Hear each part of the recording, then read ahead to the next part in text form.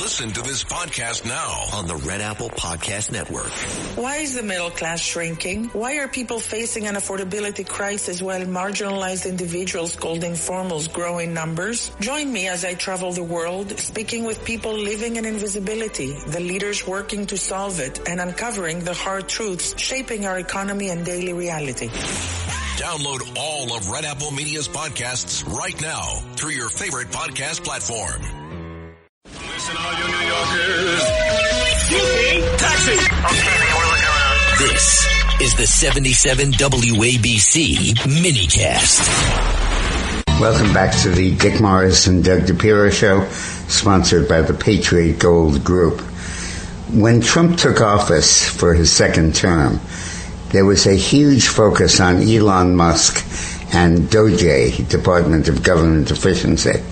And Musk said that he would cut federal employment dramatically. And at first it looked like he had done so, and was very positive. But then the publicity about it faded, and it's not been in the news lately. But the federal government data shows that the government's civilian workforce has shrunk by 12% between September 24 and January 26, going from a head count of 2,313,000 to 2,035,000.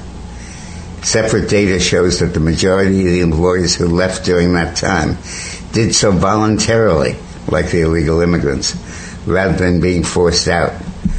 Reuters report, the outlet also noted that the administrative staff, customer service representatives, and IT managers were at the top of the list of positions that left once Trump returned to office. Reshaping the federal workforce is essential to building a government that works for the American people, not the bureaucracy. By realigning roles, streamlining operations, and modernizing how agencies manage talent, we're strengthening performance and accountability across the government. This effort ensures taxpayer dollars support a workforce that delivers efficient, responsive, and high-quality services. That's OPM Director Scott Kober told Fox News. The White House highlighted the billions of dollars saved by cutting the government workforce and underscored the president's job creation in the private sector. President Trump's pro-growth economic agenda is fueling American prosperity the right way. All of the job creation under President Trump has so far been in the private sector, while federal government employment has shrunk to its lowest level since 1966. Wow. Projecting to save American taxpayers $30 billion annually. Wow. Now hopefully the new governor of Connecticut will do the same type of work and cut taxes and whatnot. We have Betsy McCaughey on right now, who will be the next governor of Connecticut. Hi, Betsy.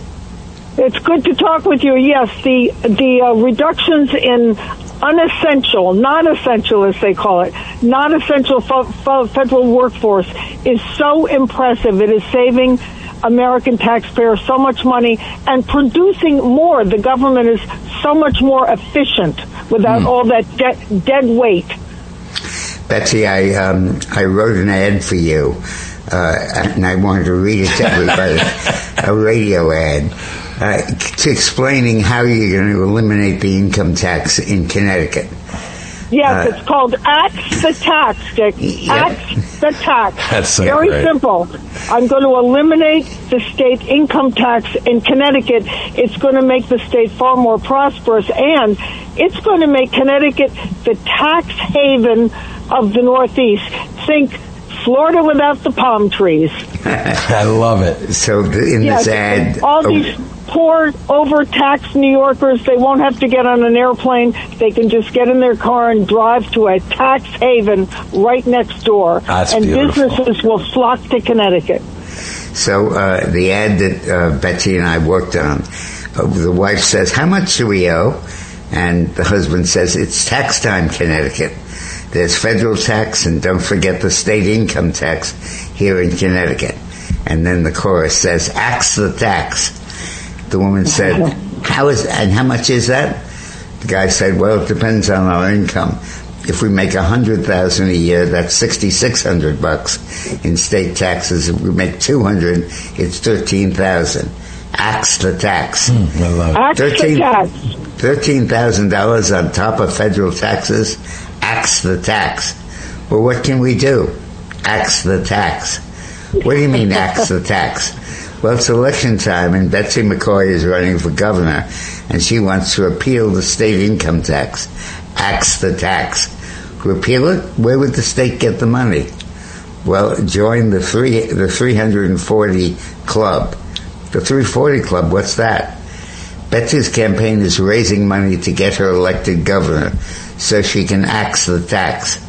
And she's asking all of us to give $340 each. That will be enough to axe the tax.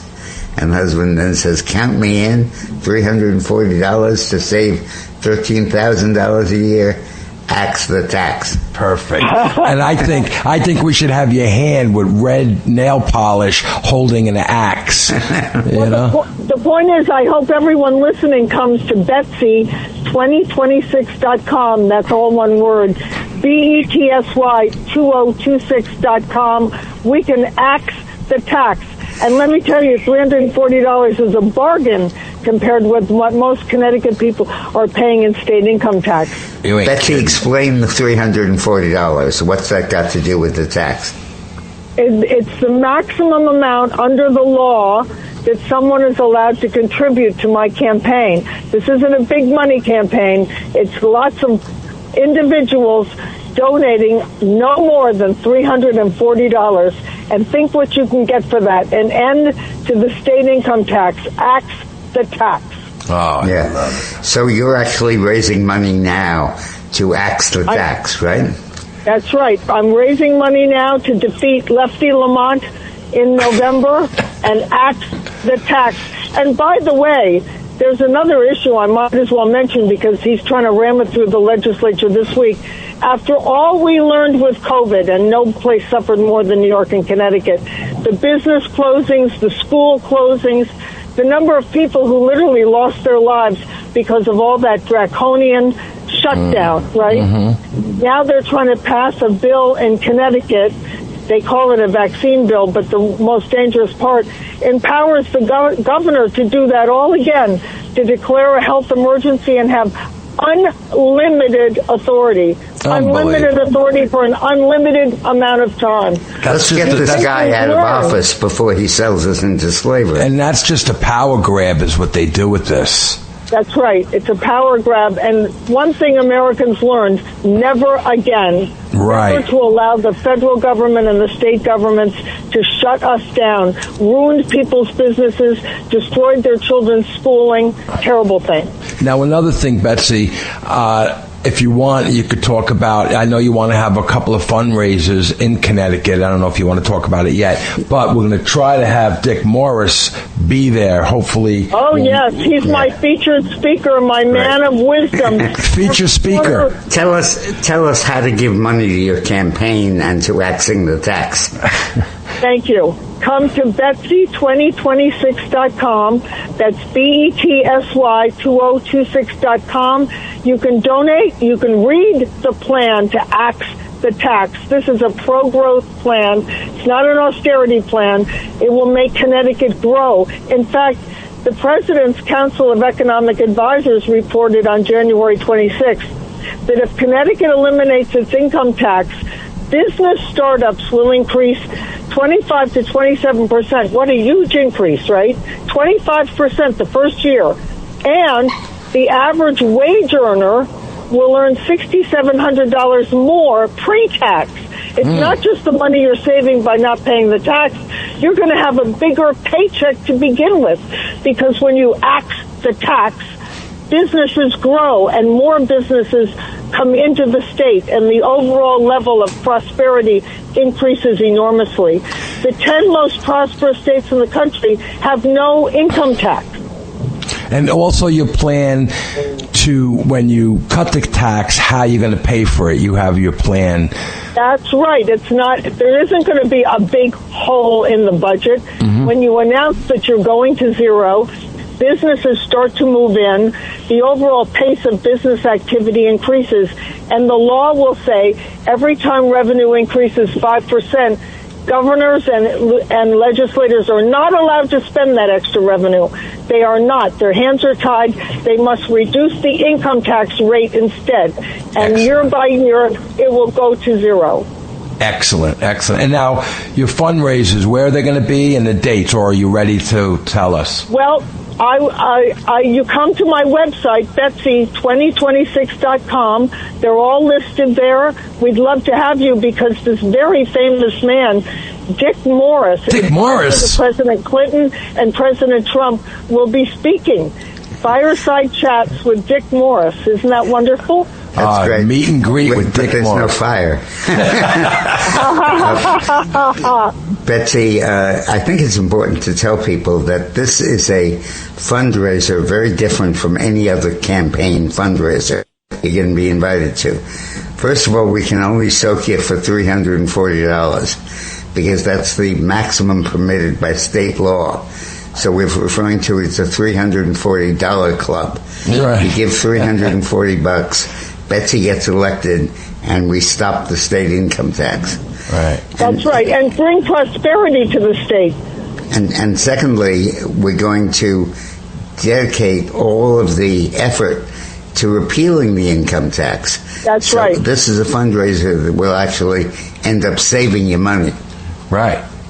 It will end up saving money, and it will guarantee that Connecticut, the young people in Connecticut, my kids and grandkids and yours, have a much brighter future. The fact is, young people are leaving Connecticut in droves because they say, I don't have a future here, Mom and Dad. I don't have a career path here. Well, they will once we axe the tax. You know, the contrast between McCaughey in New York and you is unbelievable. Well, that is a big difference. Mondami in New York, he is soaking everybody. I'm very concerned with what's going to happen. He's pushing the state legislature to increase the taxes. Right. And what's going to happen? It's suicide for New York. We're going to lose congressional representation. Businesses are heading for the exits. And it's a very bad recipe. It's a recipe for economic and political failure.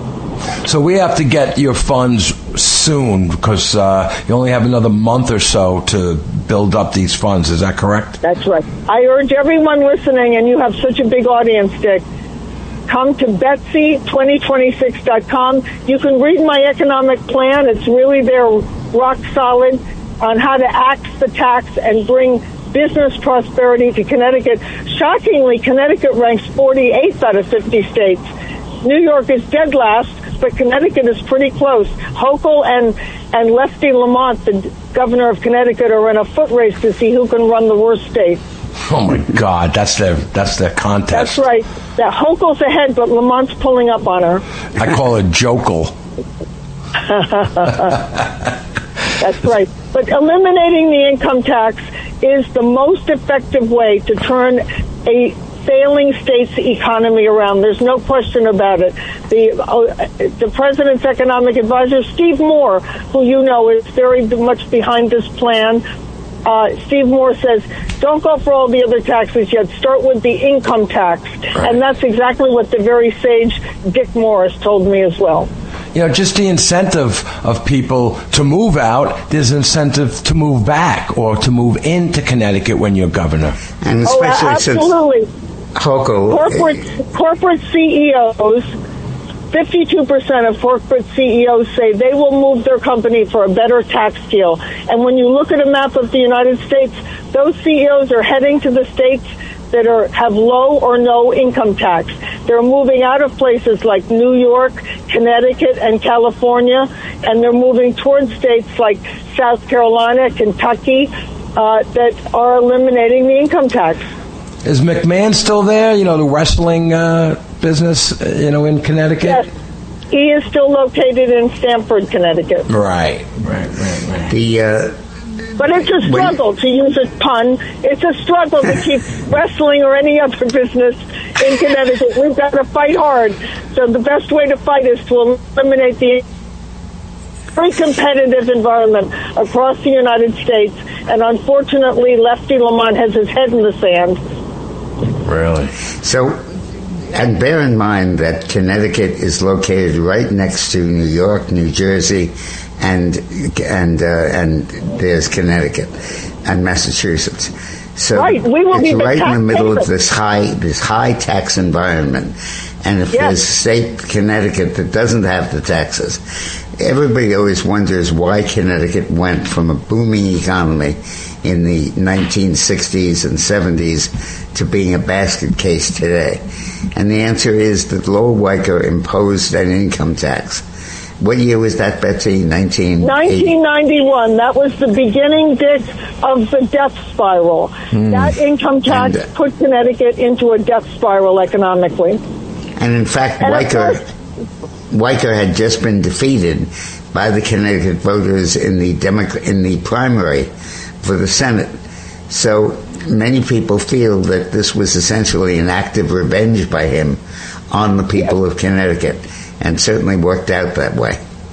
And it was an act of deception. He preposterously said that he was going to keep the tax for only 1 year.